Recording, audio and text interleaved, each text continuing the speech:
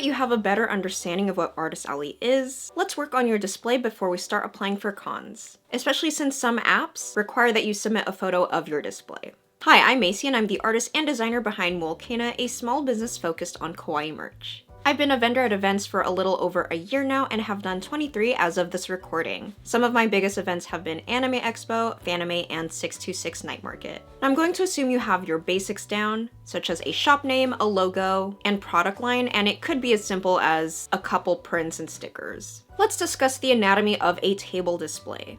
So a typical Artist Alley space includes a 6-foot or 8-foot table, with 6 feet being the most common. Some events may have a 10 by 10 space for artists, however that is usually reserved for exhibitors, or for smaller events like Sugoi Saturday, and here we're just going to focus on the more common con setups. Let's start with the tablecloth. Cons sometimes provide one and it's usually a black tablecloth. However, you don't want to rely on them to do so. Some only have a table skirt, so you'd have to bring a tablecloth anyway. I would get it in your brand colors to help customers remember your table, especially if they return the next day because they wanted to buy something after thinking about it. In my case, mine is pink. Some alternatives to tablecloths are a bedsheet, a curtain, or a blanket. I know a few artist friends who do sell blankets and use that as their tablecloth, and it's super cute.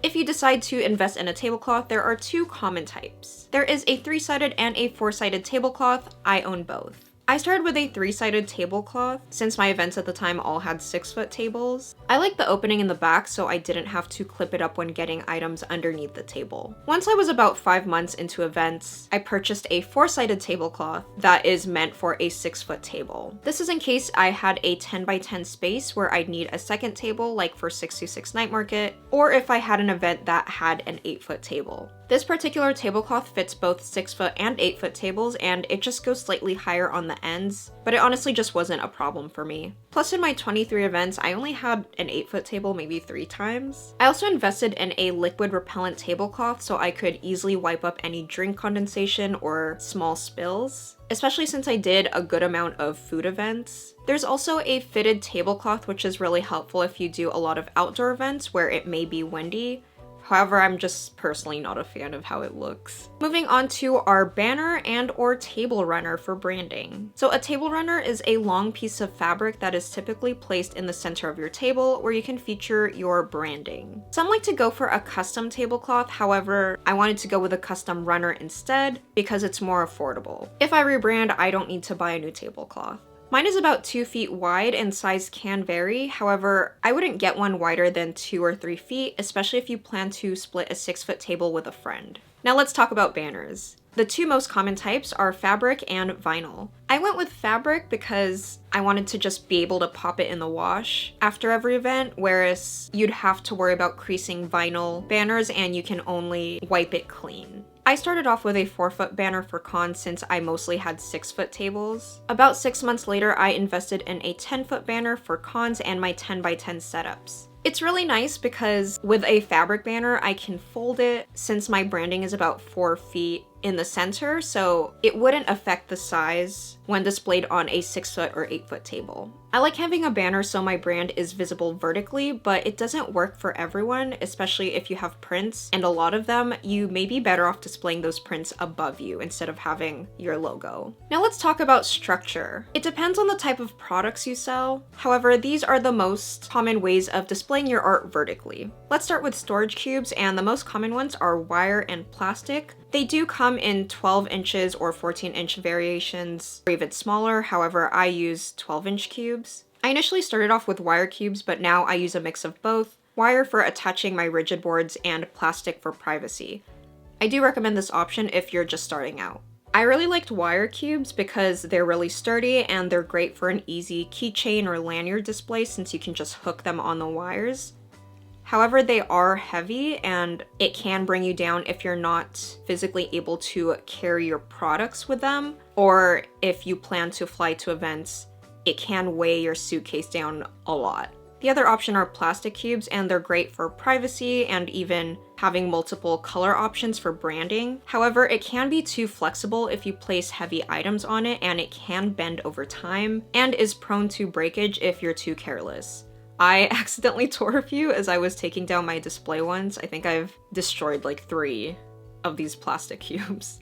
I like storage cubes because it gives me a lot of storage options, especially for cons where you're not allowed to place items behind your table, like Anime Expo. Photo stands are a good option if you have a lot of prints, and everyone will thank you if you get the flat-footed stand. I understand it tends to be slightly more expensive than the tripod option. However, it allows people to safely walk behind your display. You don't want people knocking your display down because you have a tripod, right? Not everyone can safely navigate tripod displays when you only have 2 feet behind you, and it can be a fire hazard. Since some events don't allow your display behind the table, you can put a flat-footed tripod directly against your table or clamp it on the table. As you increase your inventory, you can look into these arm attachments so you can display more product. Just make sure you have weights on the pole to offset the weight of the prints. Some print artists like to attach their work using sleeve protectors, shower curtain rings that they hole punch through their prints. I just can't give much advice for print artists as I'm not one.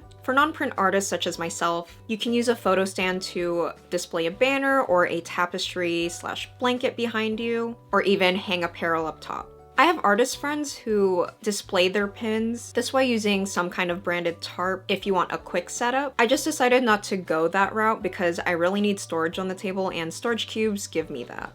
If you can get one thing out of this video, it is this, and it's that height matters. If a crowd is at your table and people passing by can't see your products, they're just going to keep walking. I don't care if you have one item to sell, display it at eye level. For example, this is my display from my first artist alley and I'm really proud of it. I prioritize branding and height even with not a lot of product. As you can see, I raised my stickers to the 2nd grid level and pins on the 3rd grid, so they are visible at eye level and between people's heads even if there is a crowd at my table. I covered up the 1st level with signs to my socials just so it isn't too bare. My sign is at the 4th level so you can see it from a few tables away, and I also stuck to my brand color pink. So how would you display your products? I personally use these rigid boards, and I got these from the same place where I got my banners done, so I have it linked down below. Currently, I display my pins on them, and I used to use them for stickers until I just had too many of them. I like to attach them to wire grids using Velcro ties and adhesive tabs. Plastic grid cubes are really great for beginners because you can use these to display many types of products. I attach my vinyl stickers on these with reusable adhesive dots. I've also seen other artists display their prints on here using small magnets on either side, or just attaching them with adhesive dots or painter's tape. You can even display your lanyards and keychains using command hooks. Just make sure to hot glue the open ends. This is a hack I learned from Ashley of Les Spirit Designs, but now I moved on to heart hooks just because I like the aesthetic. Some people like to utilize branding by printing out a 12 by 12 paper with info and then just attach it to the grid before attaching other products. This is a good alternative to rigid boards. As mentioned previously, wire cubes are great for keychains and lanyards or just anything that needs to be hooked onto the wires. Pegboards are really great because you can be really creative with them. I personally don't use them because they can get heavy quickly, especially if you fly. I have seen some artists display their stickers in business card containers so customers can just grab the stickers and go. Corkboards are a versatile way to display your products. Some artists like to use it for pins, their prints, just by using a tack. My friend Ivy from Drawn by Ivy has square corkboards that fit perfectly on her grid cubes, and that's how she displays her prints. I use a magnetic whiteboard. I use them for car magnets, but they're also great for small prints and you can just stick it on with a tiny magnet. If you have prints, besides putting a print wall, I've seen some people use a bamboo dish rack and it lets people leaf through the prints. Portfolios are also popular so people can see it up close. Remember, some people just don't have great eyesight. Card racks are really popular. A lot of people like to display their stickers or their sticker sheets and small prints in them. I would just go into any store and then see how they display their products. Covering up the table. I use 2 canopy walls that came with my canopy purchase and then attach it with heavy duty clamps. It also comes with Velcro ties so I can use them to tie it to the table. Some alternatives are a bed sheet, a tablecloth, tarp, blanket, clear plastic sheet, and then just use large binder clips to attach it to your display. I used to use a bed sheet until I had my canopy walls. Basically, just use anything that can cover up your display and then prevent theft. I prefer to cover up both the front and back, however, some artists just cover the front. Some miscellaneous extras, which are not necessary but nice to have. Choose a color. Again, it's not entirely necessary, however, it helps people find or remember your table if they want to come back to buy something, especially if you're not yet well known. Garlands are also pretty popular. I currently use a flower garland sometimes, but I've also seen leaves, battery-operated lights, pom-poms, and lanterns, to name a few. A cute business card display. I like to have a fun container. I currently use a 3D printed pink Snorlax and I get comments at every convention. I've also seen some people put it in a tiny cart and I love it. It's so cute. A tip jar. I don't have one for cash at the moment, just because I'm wary about theft, but I have seen some people who like to make it into a game, like who would win in a fight, please free the stuffed toy, this is that stuffed toys bail fund, and so on. A rigid sign featuring your original character / logo character. The most affordable way of doing this is to print out your character and hot glue it to a foam board and then cut it out. You can outsource them, however, I have not done that and it can be pretty pricey, especially with shipping alone. I also heard that the quality isn't always the best, so you're better off doing it yourself or just check your local print shop. As always, do your research. Consider this video as a starting point as to where you should begin learning more about developing your display. Some ways you can do this is to Google Artist Alley displays or go on Pinterest, check the No Words Just Displays Artist Alley Network International Discord, or even look at your favorite artists' booths for inspiration. Remember, your first display is not your permanent display. Even now, I'm continually changing up how my table looks at every event. Use each event as an opportunity to see what display works best for you, and you'll get better at each one. Please give this video a thumbs up if you found it helpful, and subscribe to my channel if you want more videos on managing a small business, manufacturing, and Artist Alley vlogs. Watch my Anime Impulse vlog if you want to see more behind the scenes of selling at Artist Alley, and I'll see you in the next video.